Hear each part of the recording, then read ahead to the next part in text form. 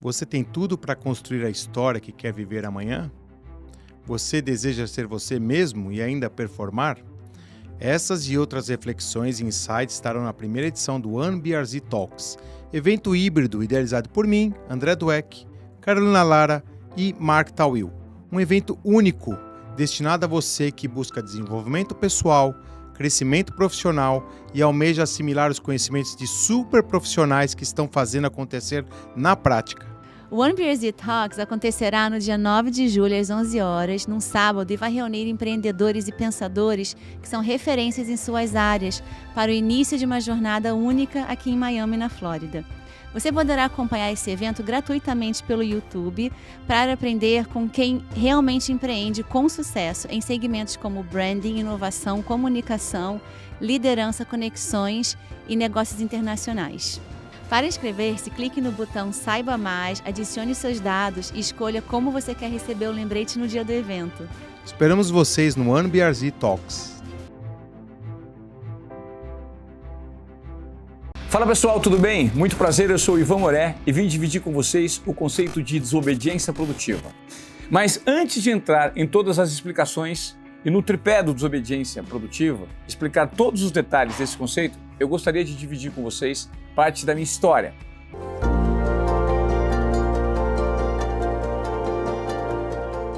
No final dos 4 anos de faculdade, com uma experiência relativamente boa nesse meio, eu tinha o foco definido. Eu queria e conseguiria trabalhar na TV Globo, que era meu grande sonho de criança. Foi aí que eu fiz um teste numa afiliada ali em Londrina, há 1 mês de me formar. E há 3 meses de apresentar meu trabalho de conclusão de curso, eu fui contratado na TV Globo. Por quê?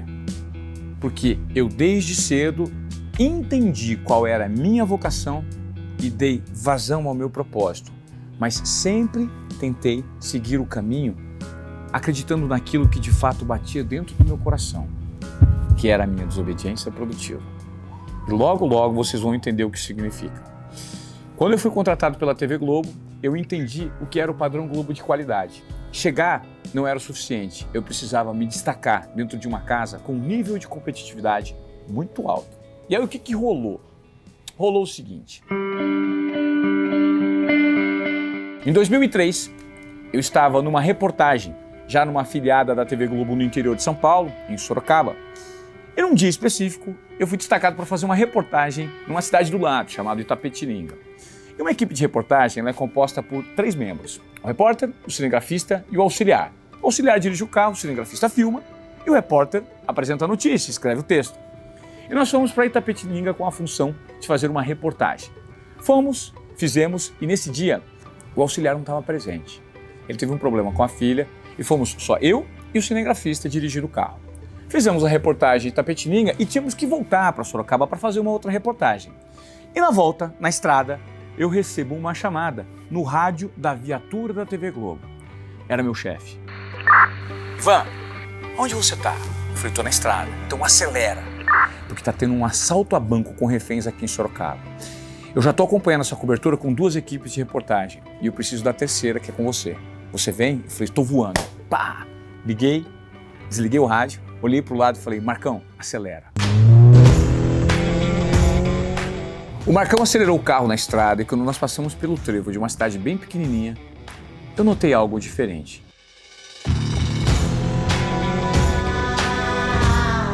Eu vi que tinha cerca de 20, 30 pessoas olhando para o chão e procurando algo. Isso me gerou uma sensação de estranhamento. E 30 segundos depois de ver aquela cena, eu falei, Marcão, para o carro. Ele, como assim? Nós estamos indo fazer o assalto. Eu falei assim, para o carro. Você notou uma cena ali atrás? Ele falou, eu não vi nada, Ivan. A gente precisa ir para Sorocaba. Eu falei assim, não. A gente precisa conferir o que está rolando ali atrás. E eu fiz com que ele voltasse o carro. E quando eu me deparei com o que estava acontecendo, eu falei assim, tira o equipamento do carro que nós vamos contar essa história. Ele falou assim, não, nós precisamos fazer o assalto a banco. A gente recebeu uma recomendação, uma ordem do nosso chefe. Eu falei, eu vou resolver isso. Passei a mão no rádio, Liguei. Chefe, você já está cobrindo esse assalto? Ele falou assim, tô, Moré. Eu falei, é o seguinte, eu preciso que você entenda que eu não posso correr, a estrada tá cheia. Eu tô com um probleminha no carro, eu tô com medo desse carro, esse carro não tá muito seguro. Foi aí que ele falou, faz o seguinte, eu não vou te apressar e te provocar algo na estrada. Eu já tô cobrindo, venha no seu tempo.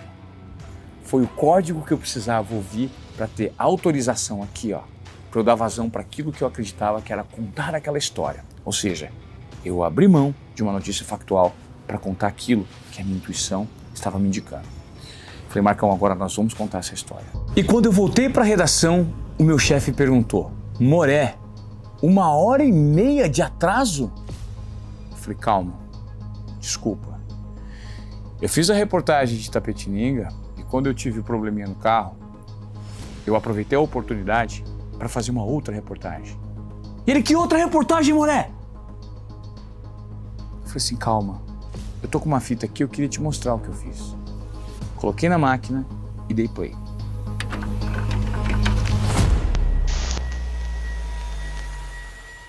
Quando eu dei play, ele olhou para a imagem e me respondeu, você fez a revoada dos Issás? Eu pensei, fiz. Algum problema? Ele me respondeu o seguinte, sabe há quanto tempo o Globo Rural está atrás dessa reportagem? Eu falei assim, não.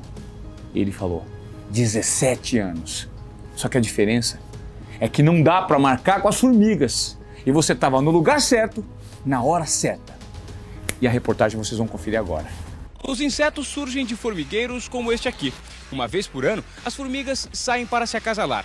Depois da reprodução, elas voam para construir o próprio ninho. Essa reportagem foi exibida no Globo Rural, num domingo. E isso me deu a projeção que eu tanto queria. Perguntaram em São Paulo. Ei, Bonatelli, meu chefe, quem é esse garoto? E ele respondeu, esse garoto é um garoto que tenta enxergar as coisas aqui de uma maneira diferente. E responderam o seguinte, poxa, fique de olho nele e tente estimulá-lo. E foi exatamente aí que eu percebi que eu poderia colocar para fora aquilo que eu chamo de desobediência produtiva. Por meio desse exemplo, eu quero trazer para vocês e apresentar o tripé da desobediência produtiva, que é baseada em percepção, o que eu também chamo de intuição, confiança e coragem. Vamos analisar esse exemplo.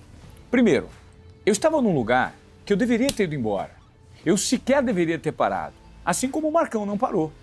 Só que eu tive aquela sensação de inquietação, porque eu estava no momento presente. Eu não estava única e exclusivamente preocupado com o que ia acontecer no futuro na cobertura de um eventual assalto a banco que eu ia participar. Mas eu notei e tive a sensação de estranhamento ao passar por uma cena que ali poderia ter algo diferente. Segundo, eu tive confiança para apostar nessa história e tive coragem para colocar essa confiança para fora e fazer valer aquilo que eu acreditava. E por meio disso, eu consegui sim entregar algo fora do esperado, fora das expectativas e ganhei um prêmio por conta dessa reportagem. Esse primeiro exemplo reflete muito do comportamento de desobediência produtiva que eu passei a ter a partir do momento que eu percebi que quebrar alguns protocolos e entregar mais do que o esperado poderia me trazer algo diferente. E onde isso me levou? Para o esporte espetacular.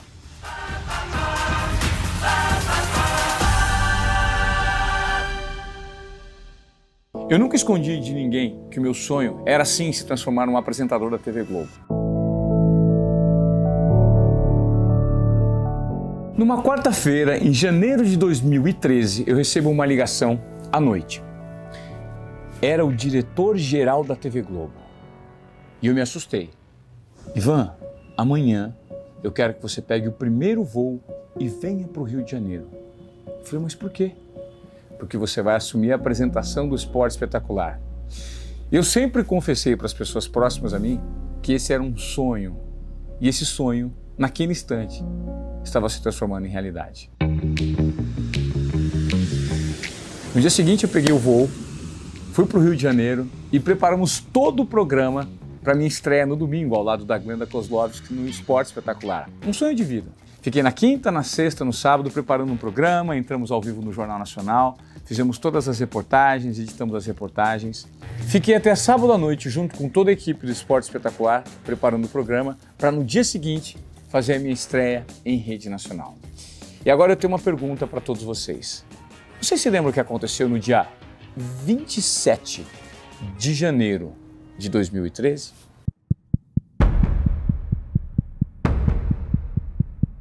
Quem respondeu a tragédia de Santa Maria, uma das maiores tragédias da história recente do país, acertou. A tragédia da Boate Kiss. Mais de 200 vidas foram perdidas naquele incêndio. E tudo isso aconteceu na madrugada de sábado para domingo.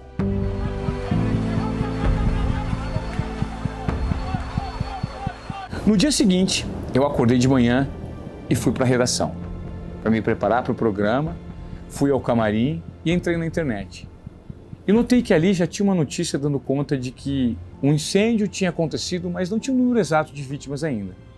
E quando a minha parceira de apresentação chegou, a Glenda, eu falei, Glenda, dá uma olhada nisso aqui. Ela falou assim, Ivan, fica de olho nessa notícia, que pode ser que durante a sua estreia no programa, a gente tenha que falar alguma coisa sobre esse acidente. E a 10 minutos da gente entrar no ar, a diretora-geral chegou em mim e disse o seguinte, Ivan, nós não teremos programa. Mais de 100 pessoas morreram. E nós queremos saber se você dá conta de entrar ao vivo, sem nenhuma informação, nós vamos apurar tudo no ar, você vai precisar esquecer tudo que foi planejado e entrar. Porque se você não der conta, nós vamos chamar alguém do Fantástico para apresentar o programa. Veja, olha o cenário. A minha estreia. Eu acordei num domingo de manhã para falar de esporte, de alegria, de superação e levar vida para os lares brasileiros na minha estreia, naquele que era o meu sonho profissional. Eu tive que me deparar com a pior de todas as tragédias no momento improvável da história brasileira. E foi aí que eu tive que decidir. Eu falei, sim, eu dou conta, eu vou conseguir. Nesse dia eu entrei e fiquei mais de 4 horas e meia no ar, noticiando talvez aquela que seja a pior notícia que eu tenha dado em 30 anos de profissão. Foi o meu batismo de fogo. Mas exatamente ali eu olhei para dentro de mim e numa conversa interna eu disse, eu consigo. Muito triste nessa madrugada, uma tragédia em Santa Maria, no estado do Rio Grande do Sul, cerca de 300 quilômetros da capital Porto Alegre. Às 2h30 da manhã são as primeiras informações que chegaram. E a pergunta que eu faço para todos vocês, quantos e quantas oportunidades vocês já enfrentaram situações adversas e nesse momento vocês recuaram e deram um passo atrás? Essa é a provocação. Situações adversas nós todos vamos encontrar em qualquer momento da vida. O importante não é o que acontece, mas sim como você reage ao que acontece. E se você focar sua mente para extrair o seu melhor, baseado em toda a experiência que você tem e histórico relacionado àquilo, você vai performar. A única característica que é impossível você mascarar é a coragem. E a coragem é baseada na confiança. E a confiança não se baseia única e exclusivamente numa habilidade que você tem, mas sim em todo o seu histórico e experiência construídos relacionado àquele tipo de habilidade que você desenvolve. E foi exatamente esse o foco do meu pensamento quando eu estava ali, na minha estreia em rede nacional, exposto a milhões de pessoas e podendo cometer qualquer tipo de gafe. Vocês pararam para pensar que um deslize ali significaria toda a interrupção de um sonho que eu tinha desde a minha adolescência? Mas foi exatamente nesse momento que eu foquei e falei, não, eu sou capaz. A minha intuição falou, vai. A minha confiança falou assim, você pode. E foi aí que eu coloquei a minha coragem para fora. Diante disso, quantos de vocês já não foram expostos a uma situação adversa, a uma reunião difícil, a uma circunstância limite em que você não necessariamente sabe como lidar? Nesse momento, é muito importante você focar naquilo que de fato você já construiu durante toda a sua trajetória e eliminar o ruído que eventualmente possa aparecer na sua cabeça por conta de um medo de julgamento relacionado à expectativa dos outros. Bom, eu trouxe esse exemplo muito pesado e que de fato foi um divisor de águas na minha vida, Infelizmente foi uma notícia triste, mas que me alçou a um patamar de apresentador. Eu saí daquele programa muito elogiado pela direção e ali as oportunidades começaram a acontecer. Mas foi um divisor de águas na minha vida. Agora eu vou compartilhar com vocês a última história desse conceito de desobediência produtiva que aconteceu em 2009. E para os amantes do futebol, essa é uma história inesquecível, principalmente para os corintianos. E a pergunta que eu faço é: qual foi a maior contratação da história do Corinthians? Se você respondeu Ronaldo, você acertou. Em 2009, ele chegou de uma forma improvável e pegou todos os torcedores, inclusive dos outros times, de surpresa. Como assim? O Ronaldo no Corinthians. E eu, à época, era setorista do Corinthians. E foi exatamente aí que eu falei: eu vou ter na minha mão a oportunidade de conhecer de pertinho um dos maiores jogadores da história do futebol brasileiro. Só que, durante os treinos, a gente era impedido de chegar perto do Ronaldo. Eu vivia ali do lado do gramado fazendo os treinos no Parque São Jorge e a assessoria de imprensa não permitia que a gente se aproximasse do Ronaldo. Era impossível chegar perto do fenômeno. O Corinthians foi campeão paulista invicto daquele ano e eu fui destacado para fazer a cobertura da festa do Corinthians num domingo à noite, numa boate no centro de São Paulo. E eu vi aí a oportunidade de fazer essa aproximação que eu tanto sonhava e por 6 meses eu não conseguia realizar. Cheguei todo feliz na porta da boate e falei: hoje eu vou me aproximar do Ronaldo. Só que eu dei de cara com um paredão de seguranças. E a informação era a seguinte: ninguém da imprensa pode entrar na boate. Ninguém. Mas o Ronaldo vai vir aqui, vai responder 3 perguntas, façam vocês da imprensa as 3 perguntas e acabou. Isso é o tanto de Ronaldo que vocês vão ter nessa noite de festa corintiana. Falei, tudo bem. O Ronaldo veio, respondeu 3 perguntas, eu fiz as 3 perguntas que eu precisava e voltei para a TV Globo, fiz a minha reportagem. Era meia-noite e eu pensei: eu não tenho a possibilidade de entrar nessa boate. Será que eu volto para lá e mesmo assim insisto nessa história de me aproximar do Ronaldo? Foi aí que o meu comportamento de desobediência produtiva entrou em cena. Eu decidi voltar. Eu não sabia no que essa história ia dar, mas eu falei assim: eu vou conseguir.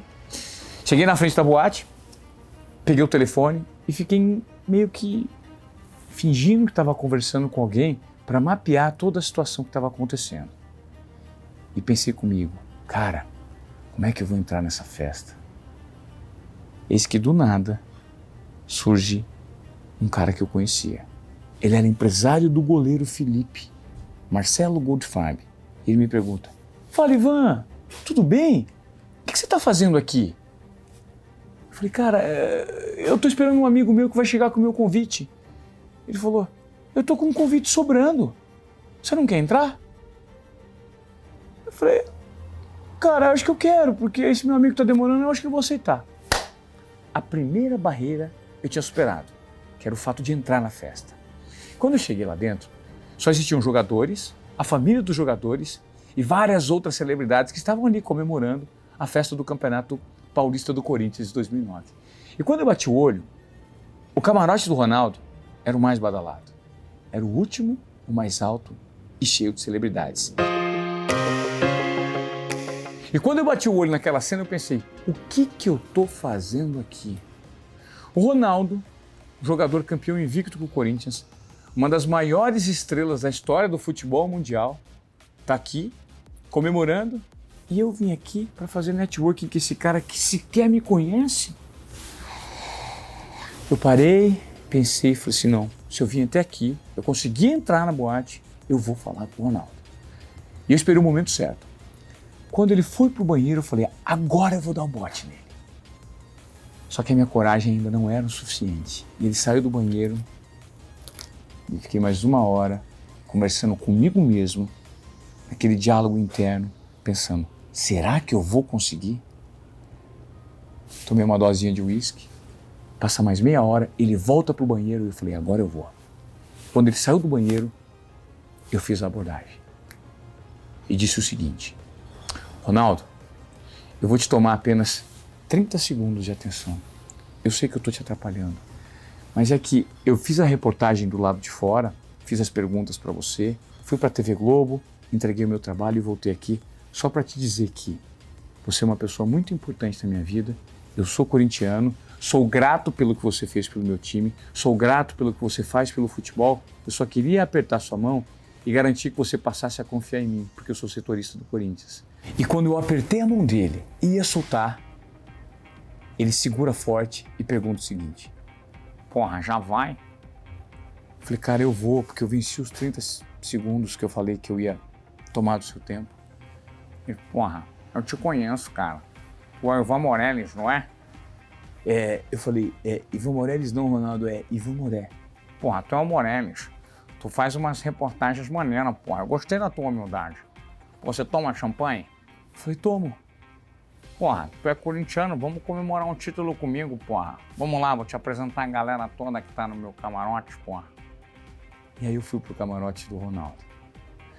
A cena, a situação, o sonho mais improvável para um repórter corintiano e que apostou tudo naquela história se realizou. Tudo por conta da força do meu pensamento e do acreditar em mim mesmo que aquela história daria certo. E isso revela o último exemplo de desobediência produtiva.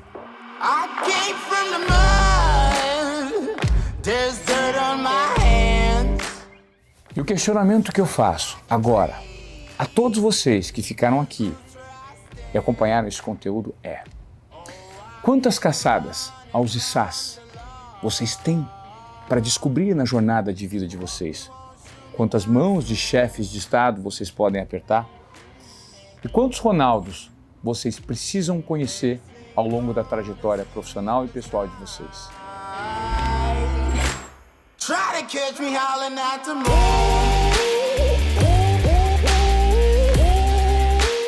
Então a minha provocação final é: descubram-se e desobedeçam, mas de forma produtiva.